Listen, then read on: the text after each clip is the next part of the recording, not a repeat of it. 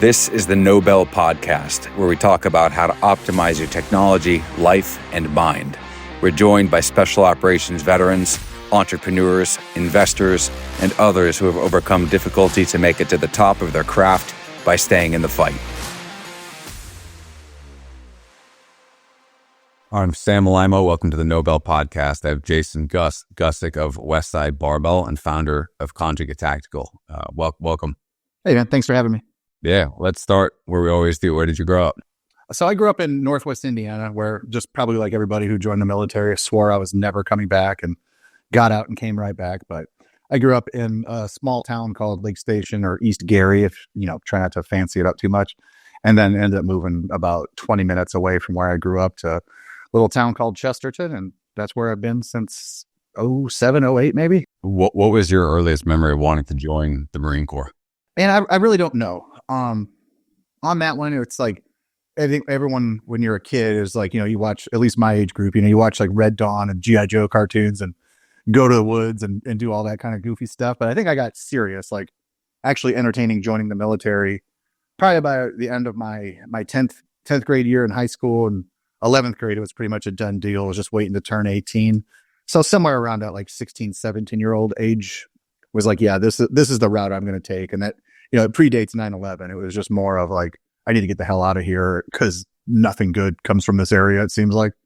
Okay. I mean, you're in kind of a hardcore profession right now. You're a Marine Corps. I wonder when you were a kid, were you a hoodlum or were you a pretty straight-laced? Like there's some dudes doing much worse stuff than me, but for a white boy that grew up in the suburbs of Indiana, like we were kind of a pain in the ass, like a, classic story, like, just like, I don't know, man, we smoke a little bit of weed and, some of the guys who had cool older brothers would buy us some beers, but nothing too drastic or dark, like knocked over some people's garbage cans and broke some window, just normal high school kid stuff, but nothing dark like you hear on some people's experience and stuff. So you said pre 9/11. When did you actually get into the Marine Corps? I was on that trajectory. I knew that's where I wanted to go, and like the dorky kid just hanging out the recruiter's office forever. But I ended up, my parents wouldn't sign for me being young. Dad was a Vietnam vet, or still is a Vietnam vet. If you're going, we'll support you, but we're not going to do the parental signature, whatever that was. I can't remember what that was called. But I legitimately signed up on my 18th birthday of July 5th, 2001. I woke up, had breakfast with my mom because my dad was at work, drove out to the recruiter's office like 20 minutes, 30 minutes away, signed up, and just kind of sat there from there, Were you in boot camp when 9/11 happened? I was in the delayed entry program for quite a while. And then 9/11 happened. So I was supposed to ship within weeks. So it was like, just get me the heck out of here. But I guess when you've got an 18-year-old kid who's already signed up, they're going to kind of stage the chessboard for where they need to fill a quota. So then it was like, well, 9/11 popped off and it's like, well, get me out of here. I want to go do stuff. And it's like, well, yeah, we've got hundreds of people signing up. So we'll get to you when we get to you. And so they kept shifting me around, but I actually didn't head off to boot camp until December of 01. You're 18, about to go into the Marine Corps, a combat unit. 9/11 happened, and you were just, let me in. I want to go. Yeah. I mean, it wasn't, like, I was an artilleryman when I started, and I just ended up doing, just like anything, my entire adult life has been falling back asswards into cool scenarios that I don't deserve to be in. But it was honestly, I signed up to get out of here and try to do something. I originally wanted to do like Air Force or Navy and just kind of follow the trade route, but I was like, the artillery thing seemed pretty interesting. Maybe the recruiter just needed to fill a billet. I don't know, but he sold it.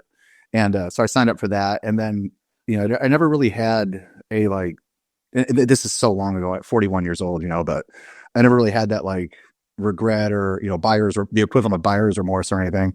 It was just more like even keel, like let's just kind of like shit or get off the pot, for lack of a better term. And then when that went, it really reaffirmed like, okay, like this went from getting some college money and traveling to big boy rules now. And it was like, well, I don't know what I don't know, but still want to do this. And, then I think you layer in some ignorance of youth and stuff like that.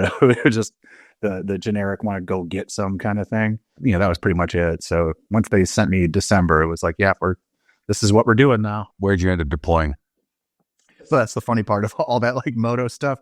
I ended up sitting in Hawaii and Japan for 3.5 years or so, and it was luckily like we got there was a program going that we could volunteer for to go like to Afghanistan, but ahead of Afghanistan, it was your traditional 3rd Marine Division deployments. So We went to Okinawa for, 6 or 7 months at a time, and then punched out to various spots throughout Asia. But I mean, it really was a wonderful experience of, everything from Singapore, Thailand, Japan, Korea, you name it. Like, we went all over Asia, and that was a really cool experience.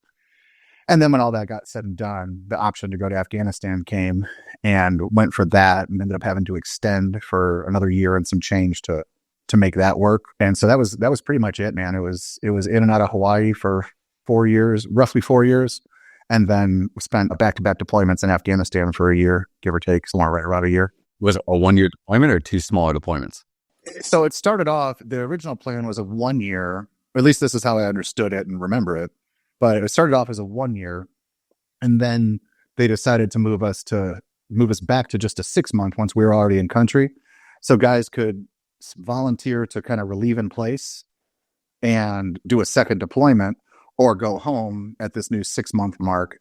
And almost everybody in our group stayed for the full long haul. One guy ended up signing on for like another 3 months. So, but yeah, so it was the equivalent of 2 deployments as it was administratively listed.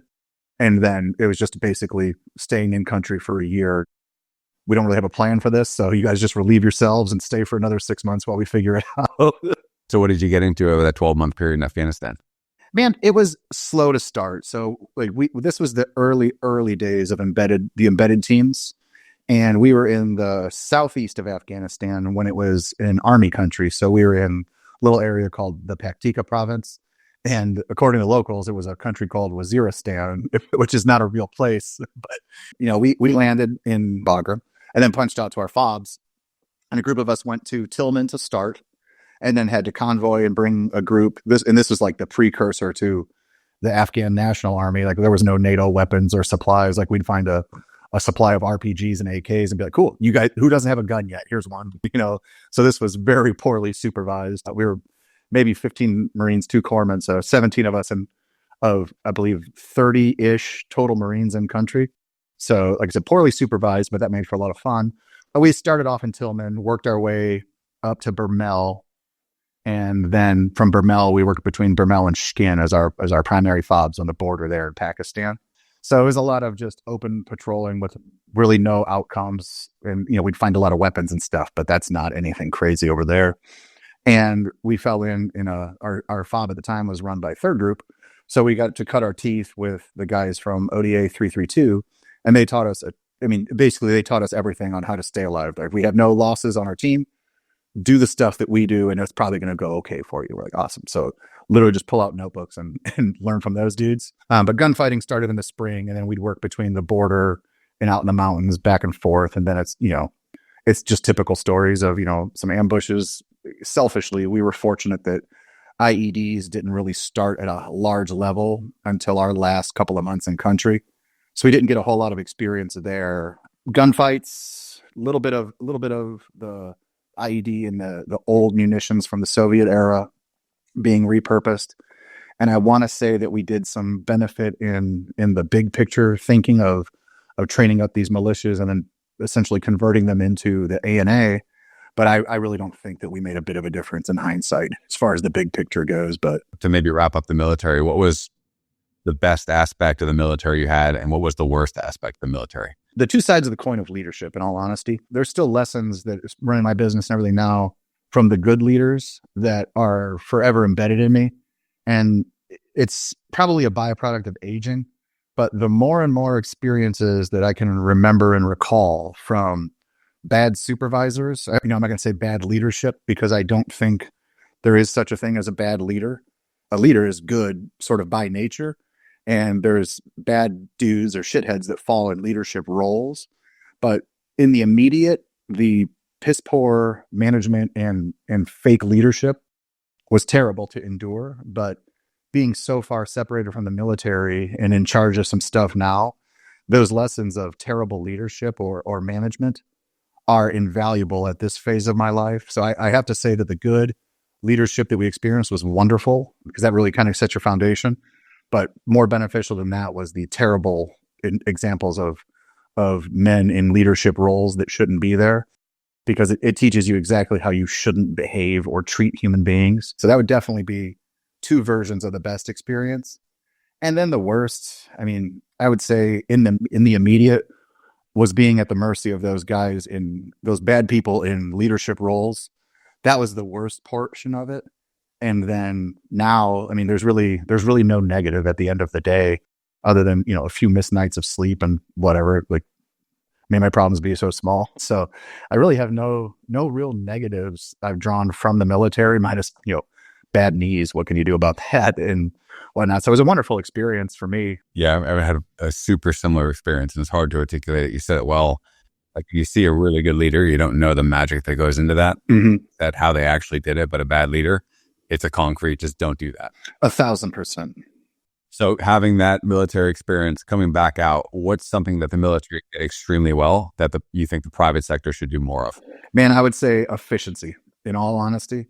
The simplicity and organization of like fire teams. Cool. You got a couple years under your belt, you got 3 new guys. Squad leader has, 3 fire team leaders. Platoon sergeant has 3 squad leaders. Like just the very simplicity and organization and the path of least resistance from point A to point B typically gets the job done. Like the biggest joke in the Marines, like when you kind of pick up corporal, at least for us, was like the best way to get things done is just have PFCs and lance corporals, just tell them to get it done, and they're going to find the most efficient way to get it done because it's their liberty or their lunch hour at risk. So they're going to knock it out of the park and not overcomplicate things. And I feel that that's kind of what's missing in the private sector, or even depending on how you define private sector. So like for-profit businesses, nonprofits, things like that are what most people consider private. And then for us and the work we do, contracting and our education component, it's like we call our private work, the things we do at federal or various stages of government. I would say if the private sector, whether it's the public-facing private sector, which most of us would refer to, you really don't kind of break the habit or the culture of priding oneself and overcomplicating very simple tasks. I think that this thing would be a hell of a lot more efficient. But when you balance, like, let's say like performance-based professions like commission-based or if you've got a certain volume of work to get done, there's some like tech companies that they don't give you an 8-hour day. You just get a task list, and when it's done, and you go home. So if you reward efficiency, things become more efficient. And if you just follow the standard, like, I was a police officer for a while, and I made the same amount of money if I wrote 40 tickets a day or 0 tickets. And it's like, well, for some people who aren't wired to basically reap what you sow or eat what you kill, things can get convoluted and pretty complicated for no real reason. Man, don't make things more complicated than they have to be. Like Microsoft Excel is a pretty simple platform to navigate, man. There's a lot of talk, I'd say over the last 10 years, particularly over the last 5 years, about the transition from the military to the civilian world. It's tough. You transitioned out before I think there was almost any interest in figuring out how to make that easier for the operators when they get out. Did you have a difficult time when you transitioned out of the Marine Corps? At the time, no. That's the benefit of like the ignorance of youth. I left at 23. In hindsight, dude, I was a freaking mess. And, I don't want to like peel back layers and make this all like boohoo, woe is me stuff because, it's fine. But yeah, man, when I got out, like, it was like the accountability component. So we came home from warfighting in, we'll call it Halloween 06. And there really wasn't a lot of programs in place, like for decompression or like the warrior transition stuff that eventually came out.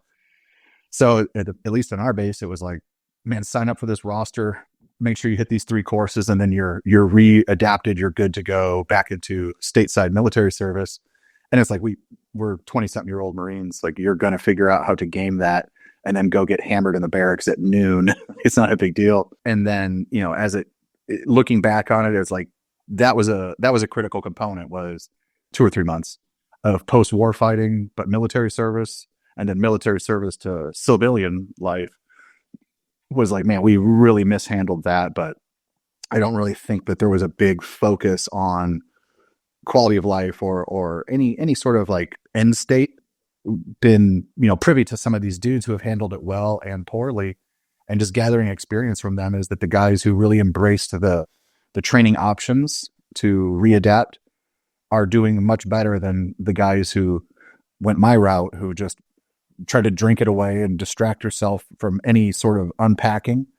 And, I personally believe, outside looking in over all these years now, that it has gotten a heck of a lot better, man. Let's bridge the gap from getting out of the military to Westside Warrior. How did you end up? we had to figure something out. And Jess, my wife, kind of tricked me into opening a gym because I think like any good wife or partner, they know how to push your buttons. So she, kind of taunted me into opening a gym as a challenge. And I was like, okay, like I'll do that. But I didn't really know how. So we had the same tattoo artist, and she set up a quick meeting for Drew, the guy who did our tattoos, to teach me how to start a business. And it turns out you just basically call the IRS, get a number, and now you have a business, and just go set up a checking account. You're good. So thankfully that was a simple process. And so we were running a CrossFit affiliate for a while, which led to finding Westside Barbell back on the main page back in the day. This is 07, 08. And by May of 09, we left the garage and went brick and mortar. And so we run a CrossFit, having a great time doing it. And then that led us to getting some fighters and stuff in here when MMA was kind of on the rise. And my wife's sort of lifelong best friend was a dude who was fighting in the WEC. And then the UFC absorbed the WEC, but we had been training and inadvertently had gone from, I would say, fitness enthusiasts to, oh shit, we have pro athletes in our gym now, and we better not screw this up. And that was the catalyst for kind of pursuing education in regard to strength and conditioning. And so we're tooling around the CrossFit main site and found Westside Barbell in the sort of like friends and family section back when the page was yellow and it was like real basic. It was awesome era. But went out to a seminar at Westside, and this is October, give or take, October 09. And I remember because I was a rookie cop and was like, might have had to swipe my own squad car that I wasn't allowed to use to drive to Columbus because we only had one car and we were broke as shit. I'm like, well, I know I could gas this thing up. And it kind of, so, I've donated some money to the FOP since then to make good, but went out there to the seminar. And this was one of the first ones when Lou, used to have the seminar at the gym there versus, shutting that down and just punching out teams to teach it. So went out there and sat in on the seminar, learned everything we were missing here. We knew we needed to get stronger, not just fitter. Breathing is good, but we always use the term in our work now. We always kind of encourage people to find the working balance of ass and mass versus gas. And it's like, okay, so I don't need a 65-pound barbell monster. I need someone who can, balance it out. And you got to think this stuff has evolved so much now that, back in the day, the goal was a 500-pound deadlift and was a 7-minute row or whatever it was. And now it's like, you see what those boys are doing at the games now. It's insane. But that's kind of what started the Westside thing. And then just kind of coming back and forth from there. And I live about 4.5 hours from Westside Barbell where I'm at now. And Lou, he's passed, but Lou, his entire life since I knew him, was always like, you're always welcome to train. Visitors always like education. So I just kept going back and forth over and over and over again to just sit in, fly on the wall with a notebook kind of thing, and started going out there. And then Lou recalled who I was from the seminar because I was the only guy that bought books. So I was like, oh shit, like I didn't know Louis hated pictures at the time. So everyone's getting their photos and stuff. And of course I got one too, but everyone over the race and get photos with Lou. And I'm sitting there thinking, I'm like, man, there's only a few books on the table because Westside, the business then is nowhere near what it is now. And so I'm like, fuck dude, like I'm not real tough. And I'm probably gonna have to fist fight over these books because I only see like 2 or 3 of them. And I mean, obviously there was dozens of copies in the boxes behind the table, but like I said, I'm not too sharp, man. And so I ended up getting the books, and I guess that made a good impression on Lou because Lou was a book nerd for sure, man. And bring back that stuff about MMA. They say it's like we made the joke when we first started talking about just falling back asswards into cool scenarios. We were at the fights. Our dude was fighting. I can't remember which card it was, but it was one of the John Jones cards. And so our buddy was co-main, and Dana White used to do the behind the scenes video with his iPhone, and everyone's just leaving the sauna, and our dude had a Westside hoodie on, which wasn't a sponsorship or anything. It was just, man, dude gets out of the sauna, you just wrap him in a sweatsuit so the heat stays. And I mean, I don't know what it's like in your neck of the woods, but every gym bro has or should have a Westside Barbell hoodie. Like that's just the way the world works.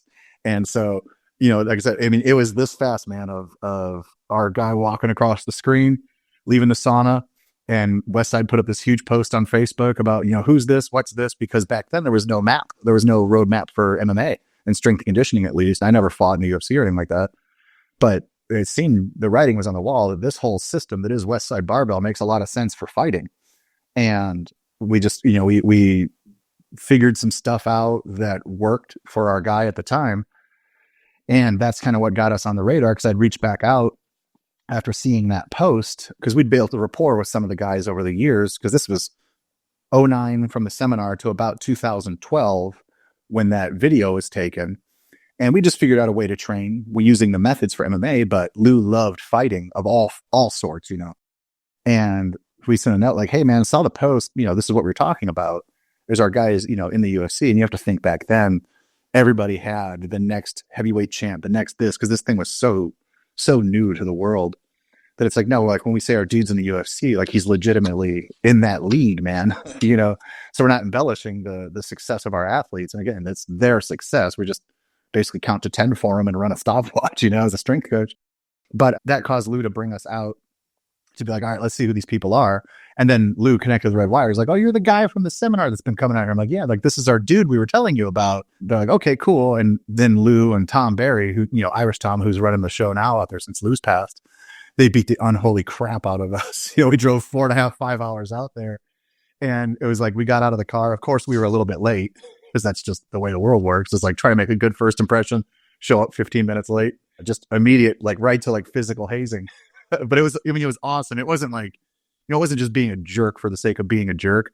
It was like, we're going to really see what these dudes have, because it's no joke there, like inside the walls of Westside Barbell, regardless of what era. And so, no matter what, it's, from what I'm experienced around being around some of you dudes, it's the same thing of like, if you're good at something, they're just going to find a way to make you bad at it. No matter what you do at some point in your life, it's not a forever lifestyle. And so it's basically a vetting process to see if these guys are kind of, pusses or whatnot. And so we got our initial round out of the way. And then Tom, and I believe Matt was there, Matt Brown, a handful of fighters were training in the gym there at the time as well. They went off to go do whatever it is they did. It did not look comfortable. And I went and lifted weights with Lou, and like, you got to balance not being a puss and also answer a million questions, from God knows what about physics to kinesiology to this, that, and the other. And while you're getting the hell beat out of you by, the godfather of all this stuff, you just got in the car and went home after lunch, and then got home to an email of basically, you work here now. We don't know what you're going to do, but you're here. And, it's like, okay, we said more smart things than stupid things, apparently. And then over the course of the next year or two, our guy ended up fighting for a title in the UFC, another John Jones card. So we're somehow just got to send that dude a thank you card apparently someday.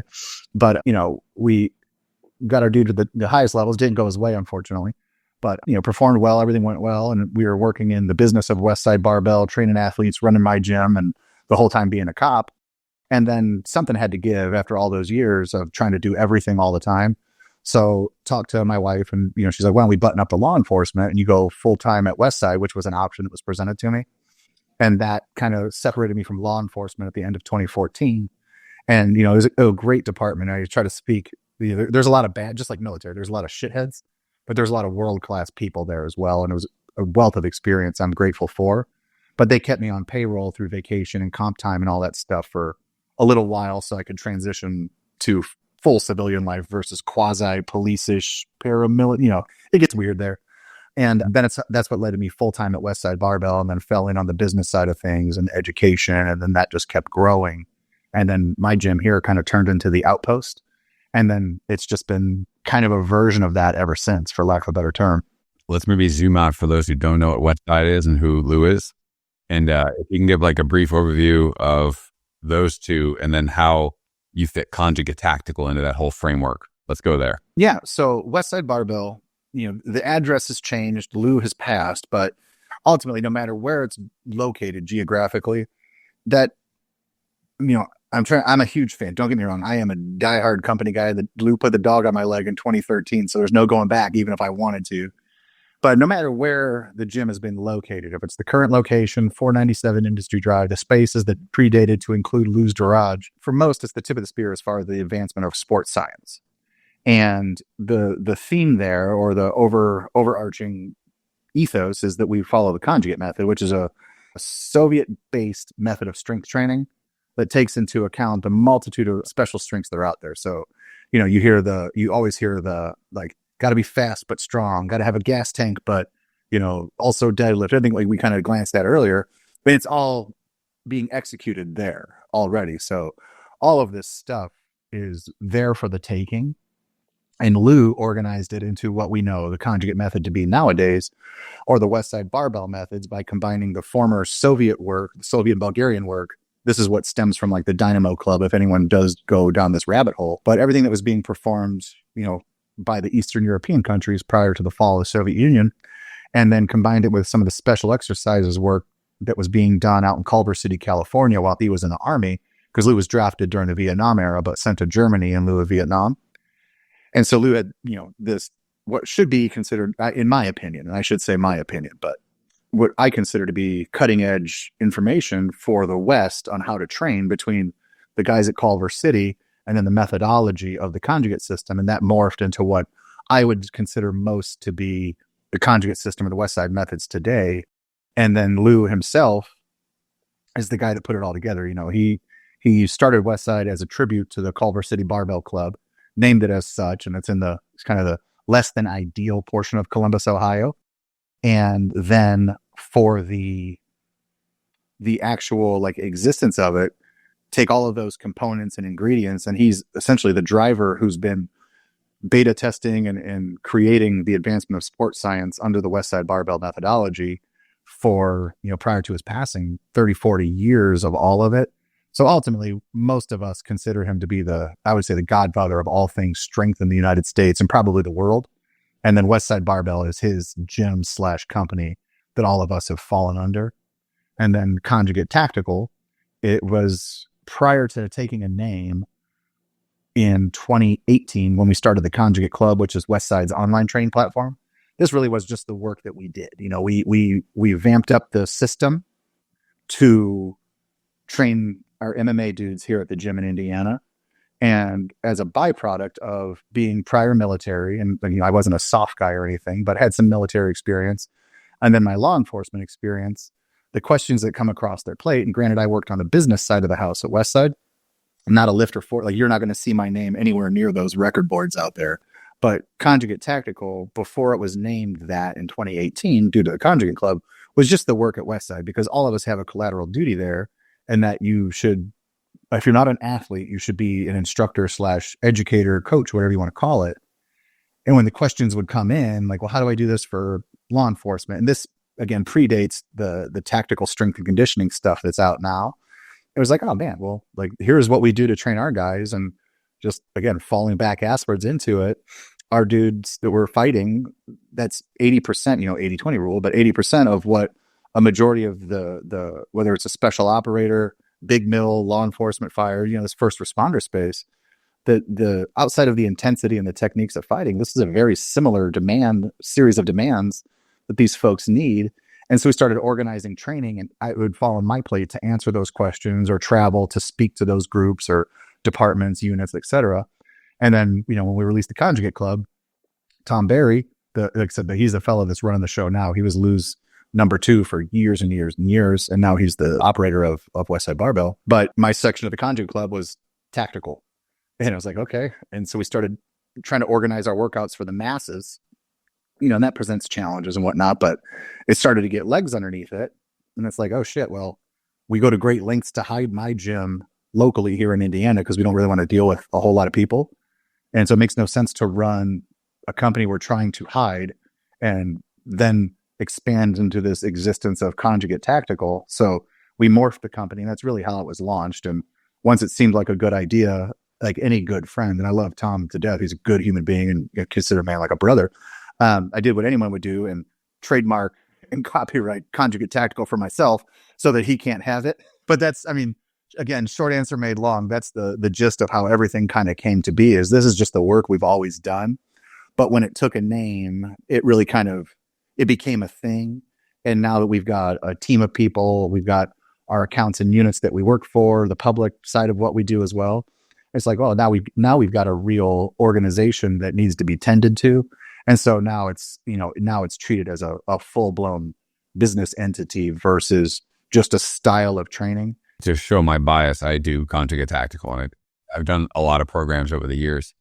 And when I got out of the military, like you, my knees, my back, my hips just fucked. And I still wanted to go hard. I still wanted to go all out in the gym just to feel that and still feel alive. And most programs more CrossFit-ish oriented would crush me for too long. When I started doing yours, there's maximal effort throughout the program, but for some reason I started feeling better. That's awesome. And got stronger. And I mean, just what is the magic built into the program that allows you to go max effort, dynamic effort, repetitive effort, and then still feel better at the end of the day? So there's no, I wouldn't say magic necessarily. There's just an understanding. If I had any hobbies or interest in life whatsoever outside of just doing gym stuff, it probably wouldn't exist. But the before we get into any of that, the statement I always like to preface all of that with is that if any of this works for you, the thumbs up or the tip of the cap goes up the food chain to the legacy of Louis Simmons and Westside Barbell. And if it doesn't work for you, it's because I delivered a shitty adaptation of it. So it's taking the components. And granted, at Westside Barbell, we're known for powerlifting and all the crazy stuff. Like if, the 3 minutes in that Bigger, Faster, Stronger documentary from back in the day, that predates me. But then there's the new documentary. There's all kinds of stuff going on. The powerlifting side is honestly, that's the public perception. That's the little peak that everyone sees. And the base underneath it is decades and decades of research, sports science, applied to the scientific method, trial and error, cutting and pasting, problem solving, whatever term you want to use. So we just did a lot of that. And like I said, we've gotten really lucky with what we believed pro MMA fighters at the WEC, UFC level needed back in 2008, 2009 timeframe, and built upon that. And so to actually answer your question, the first component is understanding the demand. So again, I've worked with dudes like you and some, guys like you that it's like, okay, those demands are much more intense, but they're not all that different from, a different profession or a different style of this. So it's like, okay, well, we pair up that demand, i.e., in our space, maybe it's running a mile or clearing rooms or bounding or any number of, you throw on your American flag tough guy shirt or whatever all that stuff is, And it's like, okay, well, each one of those demands carries with it data. It's like, okay, well, at what speed is your heart rate while you're performing task A, or at what speed is this weight moving? It doesn't really matter if it's a barbell or a human being or, I always use in our seminars, I use the example of law enforcement in that, we always prepare for doomsday, the wolf, all that cool stuff. It's very, very important. You should shoot, fight, and do all those things to make sure you're taken care of because there are good police officers out there. Not all of them are bad, but there are bad ones, So it's like, okay, all those things are very, very important. But I would say a majority of law enforcement injuries, and there's statistical data all over the place. We work with the academy here, but injuries come from dragging dead deer off the highway, pushing a disabled vehicle off to the shoulder, not always getting shot or getting the hell beat out of you and things like that. So it's like, okay, there's a degree of durability and resilience. Well, how do we do that? The repetition method. If you're pushing that vehicle and your heart rate spikes through the roof and it's moving at 0.3 to 0.5 meters per second or less, you're displaying some degree of maximal strength. It may be kind of anecdotal, admittedly, but it's like, okay, very strong, have a gas tank and be able to move quickly because, then you flip back to the doomsday stuff of law enforcement. It's like, man, you just got done pushing a vehicle and 30 minutes later, you're fighting a crackhead. You don't know what's going to happen. So that idea of readiness really kind of appeared very, very appealing to us. And, to kind of predate all of it, going back to the very beginning of law enforcement at one of the SWAT conferences, and I swear there's a purpose behind this, I'm sorry. But at the very beginning of my law enforcement career, I went to a SWAT conference here in Indiana, and there was a dude named Peter Blaber was the guest speaker, and he'd released a book called The Mission to Men and Me. Delta Force, yeah. Yeah, dude. Got to meet this guy, listen to him talk, and we talk about the examples of like great leadership, military, poor leadership, all that stuff. Put that in the same audience of law enforcement officers listening to this dude speak, and like CAG's pretty cool, man. Like that's a pretty cool group. I obviously I never worked there, or met some of the dudes who have, and learned a lot from guys directly and indirectly who've followed different paths. But it's like, man, this is a pretty intelligent dude. He's got some great things to say, and there's SWAT cops, good cops and bad cops. Don't get me wrong, across numerous departments are. I always call it you don't want me to see red, bro. That crowd. It's like, I feel like we should be listening to the guy who ran Delta. But anyway, he had a chapter on there, a chapter in his book, which was world class, titled Don't Plan, Prepare. So the idea of preparedness is where I was going with that, was rooted in early inadvertently by attending this conference. And it was like, well, that's what we need the Westside system for, or this conjugate method for, is to prepare these bodies. And we did it for MMA by building a great base for the jiu-jitsu coach, the striking coach, the MMA coach to work with. And then, that evolved into tactical of, well, yeah, I don't know how to be a SEAL, but the dudes we've met, it seems like we need to be able to bash through doors, do the job, maintain endurance, all the same demands. They're just flavored relatively differently across profession, and then with varying levels of intensity. And I would call it practicality. And that, like law enforcement, for example, I would say one of the most tame things you could do is probably be the number 2 on a canine track. So the dog handler's doing his thing. He's just got to have a second body with him to do cop stuff if it's needed. And it's like, okay, you're just basically walking. That's zone 2, zone 3 cardio, depending on the terrain and the temperature outside. But then, and I was a police officer from 2009 to early 2015. That was the era of those dudes doing those bath salt things. So it's like we went for a nice walk in the woods, and now we're fighting a dude roped out of his mind on bath salts. So you talk about sliding scale of intensity. It's like, well, that's the sauce. It's like, well, how do we manage that? And again, it's all in the context of the Westside methods of ensuring the intensity ebbs and flows, because not everything, and we'll make this joke with some of the guys on our instructor team as well, who, follow the path that you guys did, of like, man, I never went to Buds. One of the boys took me around the campus there to tour everything. It was amazing, great experience, because I didn't have to do the things you guys did. You could smell the vomit. Yeah, dude, it seems like a pretty unhappy place. But it's like, man, if you use that, for example, and again, this is my interpretation, I don't know what I don't know, but it's like, that was a few months of your life, not your entire career.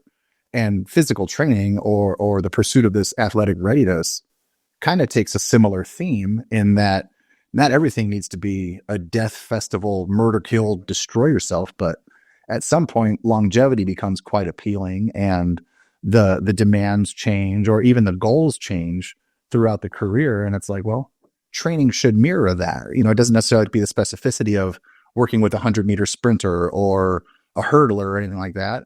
But if you kind of balance Lou's development of the Westside system against that one chapter in Peter Blaver's book about prepare, don't plan, that was the catalyst for Westside Barbell to launch the tactical program. And then it's evolved into our standalone company now for the last 6 years, give or take. When you think about longevity, a lot of people would hear max effort. So like a 3-rep max back squat or a 1-rep max deadlift as being not longevity. Is there an age cap on your programs, or do you think that is longevity, that a 60-year-old man who's with a moderate weightlifting background could jump into this program? I would say yes, without being just like a generic company guy that we've got every answer you could ever need.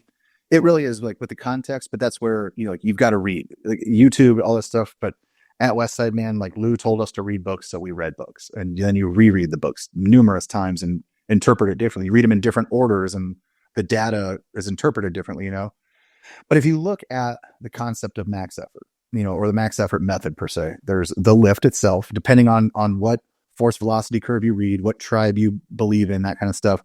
Ultimately, we've got a barbell moving at 0.3 to 0.5 meters per second or slower against external load, which would be the plates on the bar.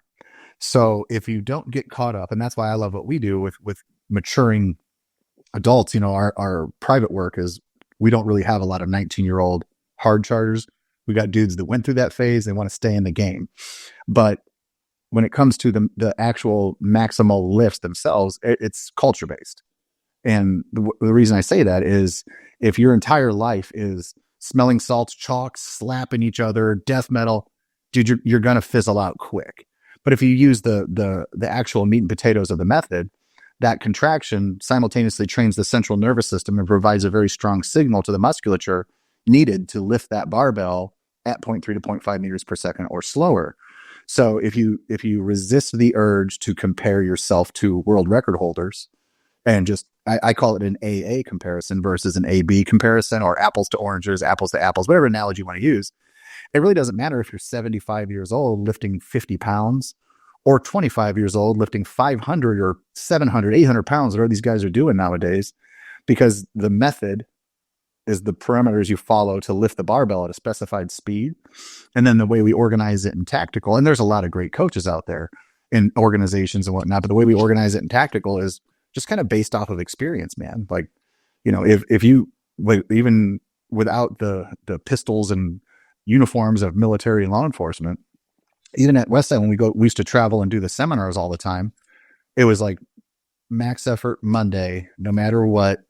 If it's a 1 rep max deadlift on the board, we're doing it. And this is, again, my gym in Indiana, not Westside proper. That's a totally different monster. But it was like after 14, 18 hours in a truck, come back and try to lift heavy as possible, it almost always is resulted in a minor injury. So it's like, okay, well, we'll dial that back to a heavy set of 3 or a heavy set of 5, or maybe just pull a sled. And it's like, okay, there's all these variables that throw you away from optimal. And as long as you take that into account and train, I would say, a culture-based training ethos around, it's okay to use discretion and common sense of, like, if you're not at your best that day, don't push yourself to the limit. And that can transcend any age or capacity in regard to this stuff. But if you're training under an ethos or in a culture that is no excuses, that, whatever it is, there may not be excuses. Yeah, excuses are not okay. But there might be very great reasons why that individual shouldn't run a 200-meter sprint on pavement with a 50-pound rucksack. And taking that into account with, again, I only spent 5 years and change in the military, and I spent just about the same amount of time in law enforcement. So I don't know everything, but our team's got a wealth of experience. And it appears that giving guys the green light to take care of themselves, it's all that's really missing from a lot of great organizations. And when we organize our training, it's not necessarily there's nothing wrong. You can train with us however you want. Like, I'm not cool enough to tell people no. But if you're looking for the theatrical side or the entertainment side, man, we don't need to yell at you. We don't need to haze you and insult you if you miss a time standard or any of that stuff. It's like, man, my primary training partner was a UFC bantamweight for 12 or 13 years in the weight room. And I could out deadlift him. And then when we hit the grappling mats, or God forbid, put on the gloves, which was a mistake I made one time with that fella, you realize that this stuff is not the end all be all for everything. It's a portion of a formula that equates either an operator, a soldier, a Marine, a police officer, a fireman. Your strength conditioning is a base to build from, not the end all be all. But that, admittedly, that does not sell t-shirts.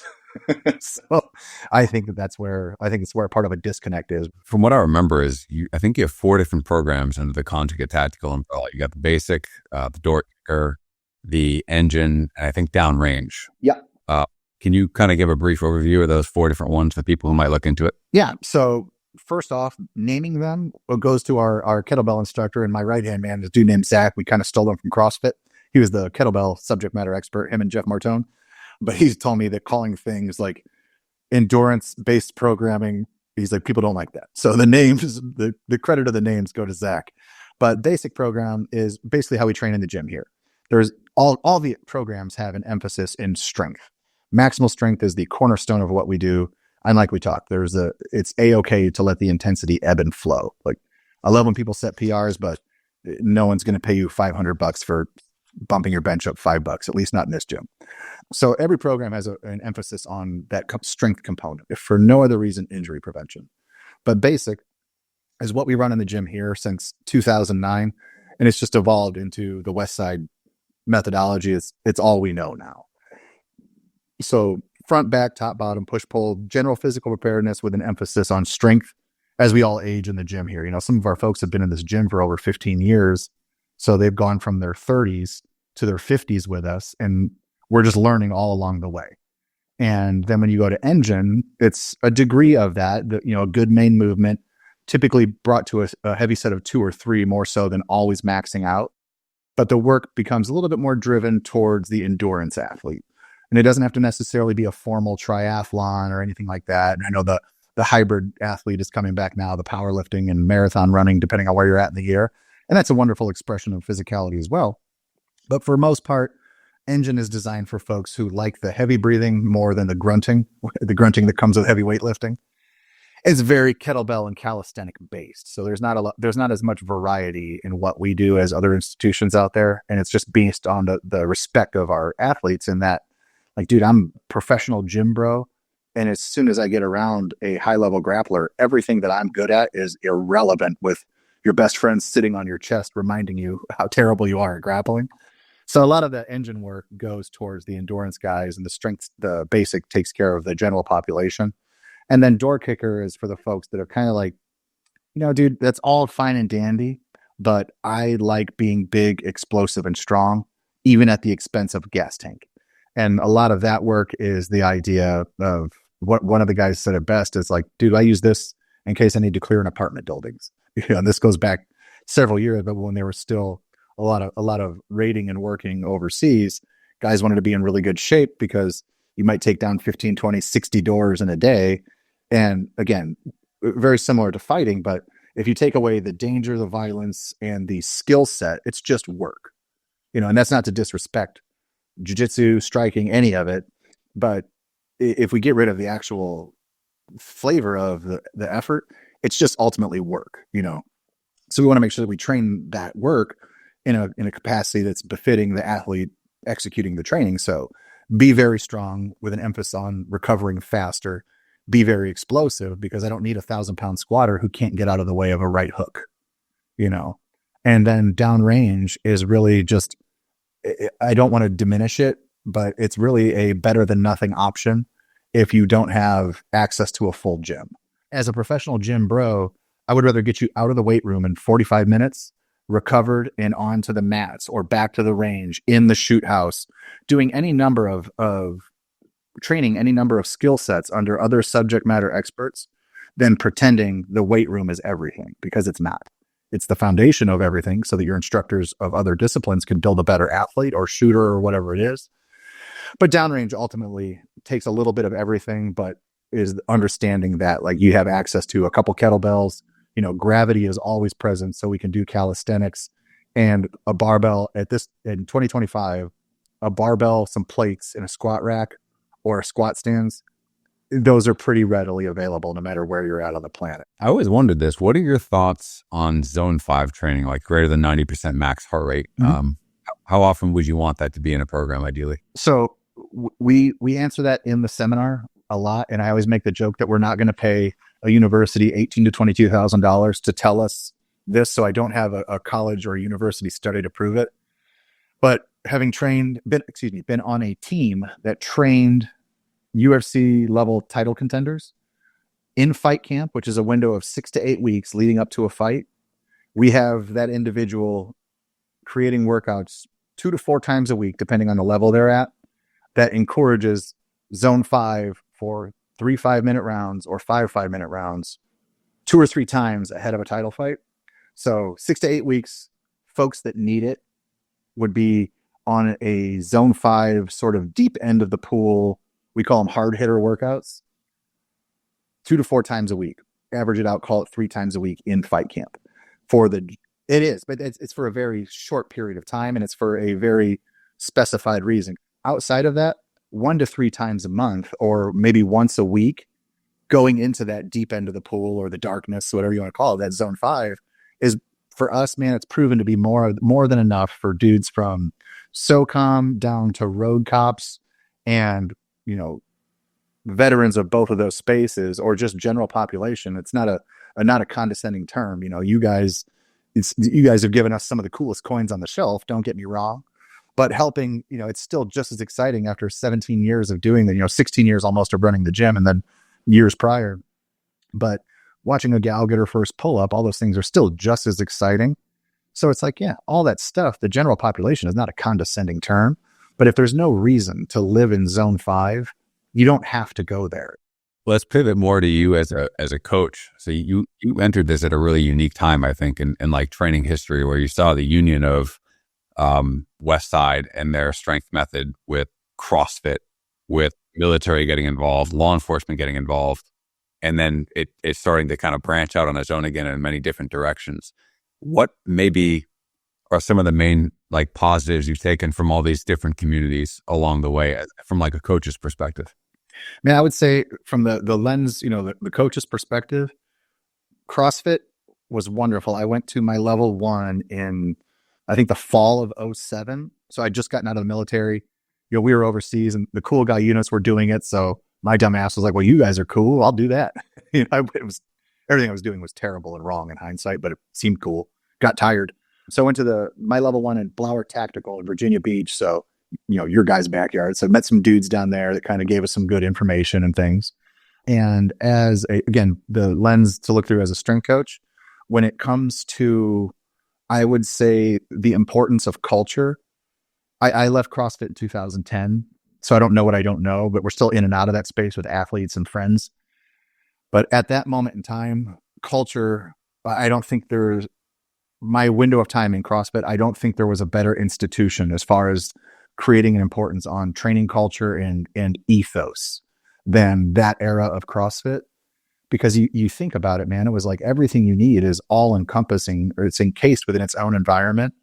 And yeah, you can put a pessimistic spin on anything, but it was like, dude, these guys are just, you got DevGuru guys telling morbidly obese human beings that it's okay to walk this 5K instead of running it in 16 minutes, And I said, well, that's pretty neat. So the idea of layering in humility, competence, and scalability into a training culture that just people want to lift weights and have a good time, there's no one better on the planet than that era of CrossFit. And that led into the specialty courses where I found Westside.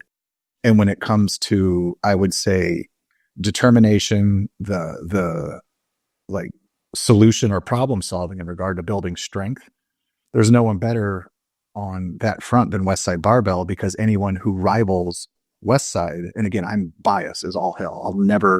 I'm not going anywhere else. I'll burn my gym down and stop lifting weights before I speak ill of Westside Barbell because of all they've done for me. But I truly believe in what we do. But when it comes to creating strength and developing sports science, there's no one better at it than us. And by us, I mean the institution in the history of Westside Barbell. And anyone says that they can't. Like, everyone that's doing this has been built by Louis Simmons in one way, shape, or form. But when it comes to staying in your lane and being consistent in what you do, I would still have to say that Jim Jones is probably the best at it, because they've never deviated from where they were prior to the movie 300 to where they are as of what's today, the 10th. I found them prior to 300 when that whole thing came out, the Spartan movie now, and to where they're at now. It's damn near the same institution with evolution in it. Like, things get better over the course of 20 years. But their ethos, their mindset, their approach to training is identical, minus improvement, to what it was years ago. So when it comes to that vein, it's like, well, that's another important box too, is evolution is important, but you don't have to 90-degree pivot based on what's trending. And I don't think that they ever have. I hope, and I truly believe, that we do a good job of staying in our role as athletes and coaches and not overstepping our bounds into all the other areas of physicality that, whether it's a special operator, a road cop, or you name it, we've got your back on strength, and that's it. I dig it. We used Jim Jones early back in the Mark Twight days when I was in the team, their operator fitness program. A lot of good stuff. Pivoting a little bit, I mean, let's dive into motivation real quick, because I learned in Buzz and throughout later on that some people, when they do this, anything, a workout program, something in the operator world, they're going to do it to the point where they'll literally almost die trying to do it well. Their heart, mind, and soul into it. And then some people, they just don't give a fuck. Like, if you want to have an early morning workout, someone's going to say they'll be there the night before, they're going to cancel on you. As a coach, have you found a way to get people to give a damn? Or is there literally just an intangible in some people that they're just going to be there no matter what, and some people aren't? At risk of sounding like a politician, where instead of answering your question, I just go off on a tangent, which I unintentionally do. I don't want to do it on purpose. But in regard to motivation, there's several approaches, I believe. And what's worked well for us is ensuring that when someone starts with us, or, whether it's in person, remotely, or just someone we've met in passing, is to encourage that person. And that's where I'm huge on culture of, like, all this stuff has to make sense, man. Like, be in the military, like, when you get to unblouse your boots and walk outside the wire, it's like, this is awesome, versus having to do all the rules, but it's like the culture thing is huge. And so it's like, okay, well, we encourage everyone to understand and appreciate that you have to have a realistic expectation of the outcomes based on the inputs. And it's like, man, if you don't, using fighting, for example, like, if you're not fighting in the UFC, we probably don't have to train full time like a guy who is. And so creating that sort of permission slip, for lack of a better term, that it's okay to train realistically within your goals and availability. That's kind of step one, is that it's okay if you're not as big of a monster as this dude over here or killing it like she is over here. You're getting started. It's cool. But the main thing is to focus, like for us, our biggest mission is longevity. And we tell them, like, man, if you are in this to just destroy yourself every day, you're not going to last. And then having a doubting Thomas is a wonderful thing. Someone who's like, I had your mindset, beat the hell out of myself. I pumped the brakes. And, like I said, the intensity has to ebb and flow.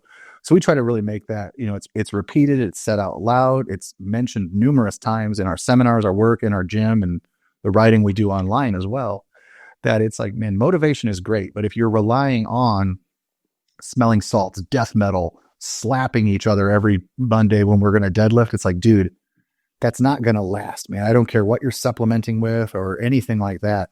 You just can't stay on a razor's edge 24/7. So admittedly, we've been so fortunate with some of our athletes and experiences that we've had that, we can point you at the guy who used to think that way. And then when he started pumping the brakes on the crazy, his athletic progress started to move forward. Things started to get better. When it comes to motivation and obligation, it's the teamwork approach of, for the MMA stuff we did, and I don't have any other pro athletes. I avoid them at all costs now. But it's like, for us, our approach to MMA was, it's a team sport with one competitor. And it's like, man, when we're doing our training, I've got nothing to offer on the technique side, but if someone's just got to get beat on because that's part of the training session, then I got about 245 pounds of meat for you to shoulder while you're strapped into the belt squat and beat the hell out of. I got you. So for us, we've always placed a great emphasis on obligation to the team, regardless of what that looks like. Whatever this org group or this team or this unit you're involved with is like, man, like you said, if like we're training at 5 a.m. and you wake up and that alarm clock, the sleepy's got you, you're not going. Well, you need to know that you let your teammates down. And if we've got this thing moving well, and the culture has to be tended to 24/7, it's like anything else, you got to constantly be mindful of it. It's like, dude, when someone truly does get booted out or we don't want you around anymore, and it shows consequences to those that remain, it's like, okay, like this is something of substance and we want to preserve it. I think that overdoes motivation, because everyone's going to have good day, bad day. I don't care if you're Jason Bourne, man, like everyone's going to have an off day. But if you show up for everybody that you train with, your training partners, man, that's going to outweigh that self-driven motivation. What about, I guess, the last major question before we finish up with a lightning round? What is maybe one thing you learned as a coach in all these years that is, I guess, most fundamental to your craft that maybe would apply to other people's craft, whether in business or military or sales or leadership or whatever? Man, I would say is hear everybody, but only listen to a select few. And I don't mean that in an arrogant way, but there's that secret government organization of they say, I'll put the tinfoil hat on, but advice is free, man. People can give it away. And it's not, I'm yet to meet anybody that I know for a fact gave me bad advice intentionally just to hurt me, but I've been given a lot of bad advice inadvertently. And when I'm young and naive, it's terrifying back then. Like looking back of like, man, we used to choose between lunch and dinner because we knew we weren't having both. And someone's telling me I gotta pay for this, I gotta sign up for that. You have to have this. So it became clear of like, I'm not tough enough or cool enough to be a dick to anybody. So I'm always going to nod and try and be polite. And I truly try my very best when I'm Jason, the individual, in a conversation or a conference or anything. I really try my best to truly approach this with an open notebook and a pen and a clear slate. And I'm not going to interrupt you or call you an idiot, because that's just not, you don't do that.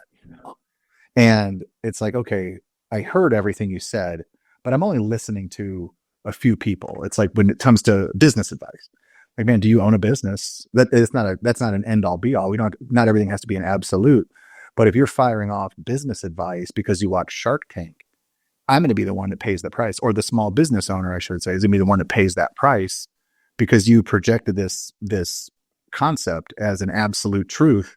And I just lost $500 by signing up for something. So that would be the blanket, all-encompassing. If I have to give anything to however many people hear this that I've never even met, is to hear everybody out of kindness and opportunity, but only listen to a select bit of information that comes across your plate, because this can be overwhelming.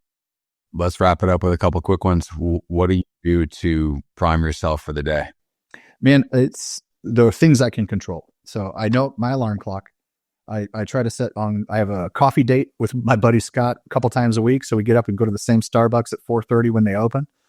So if that day goes, I know my alarm clock is set for 3:41, which there's no real reason other than I know if I hit snooze, that gets me up at 3:50 on the dot, because the snooze only lasts 9 minutes on an iPhone. Wait, if you're getting a 3:41, when do you go to bed?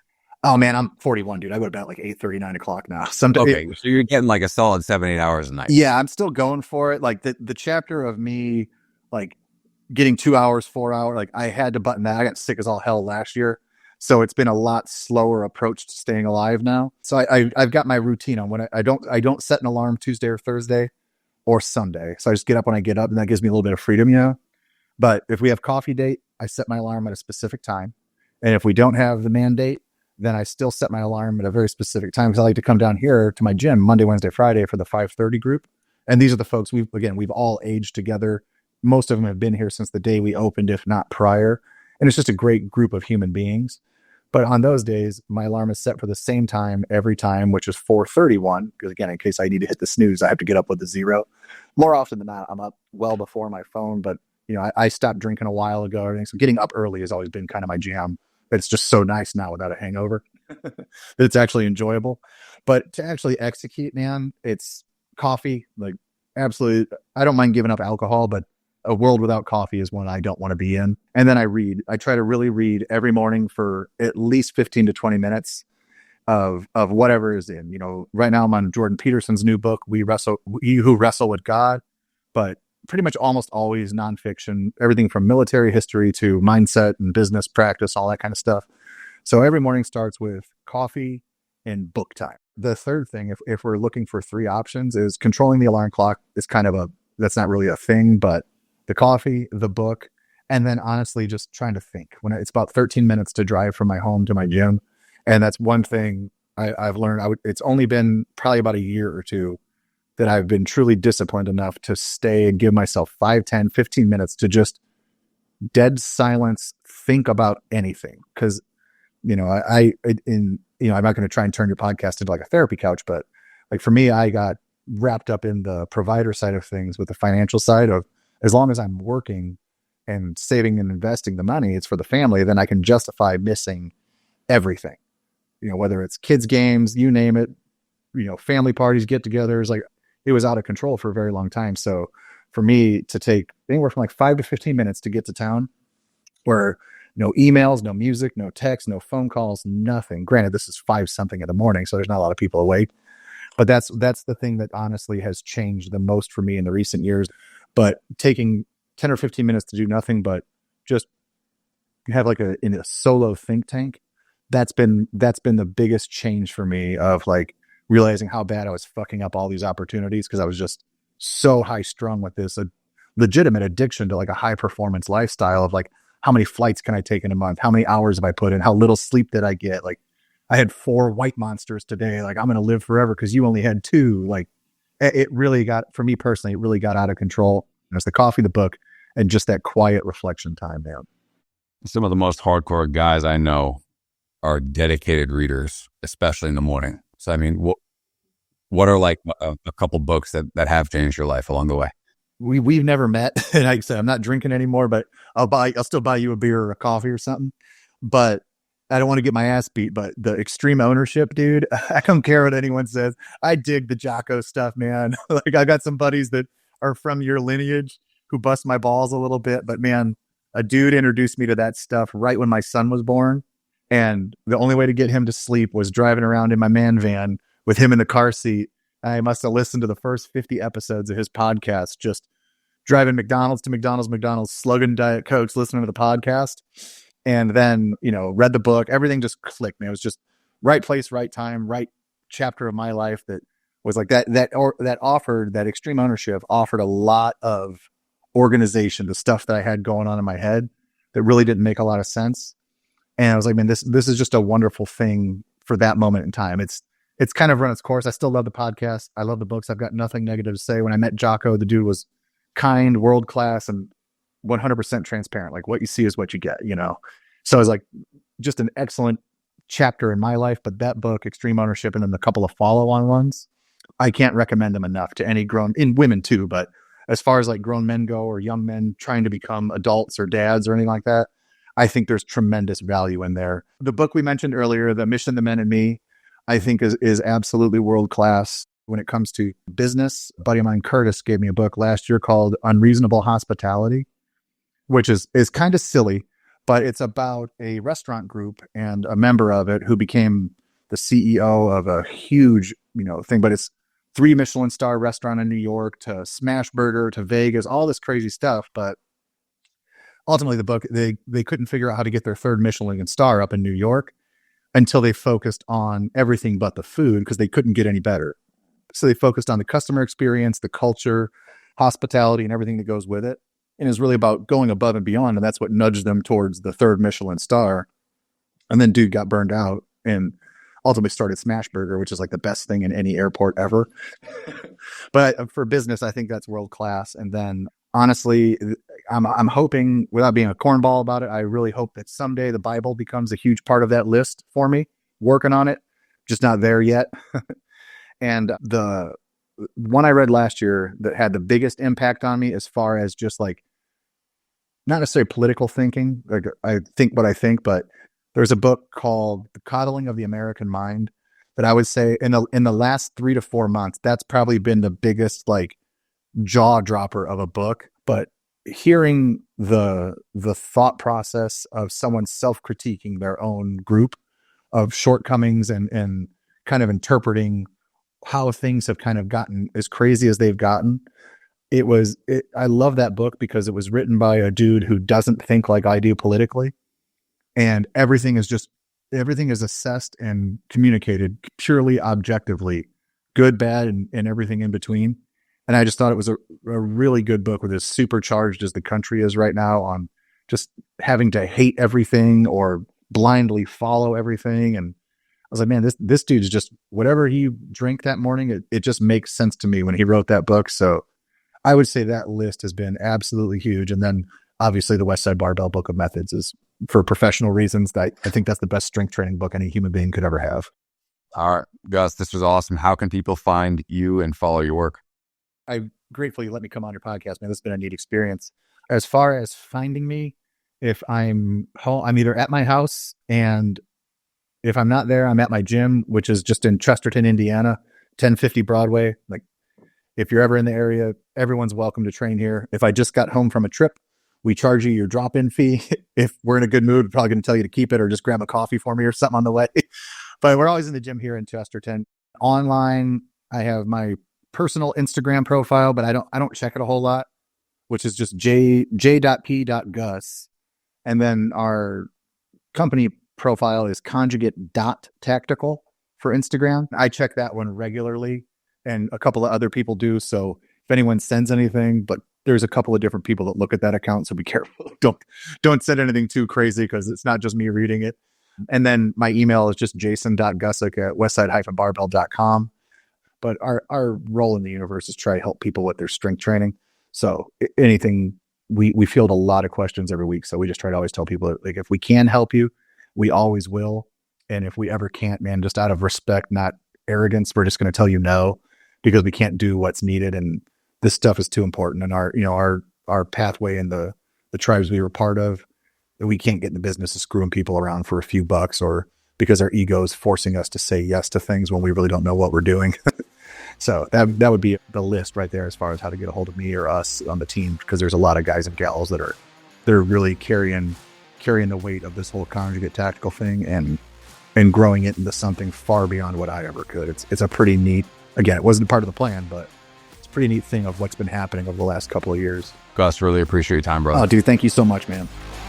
That's it for this episode. If you want to check out more from the podcast, head to zeroeyes.com/nobel, where you can see show notes, read more about our guests, and suggest guests or topics of your own. Until next time, stay in the fight. Don't ring the bell.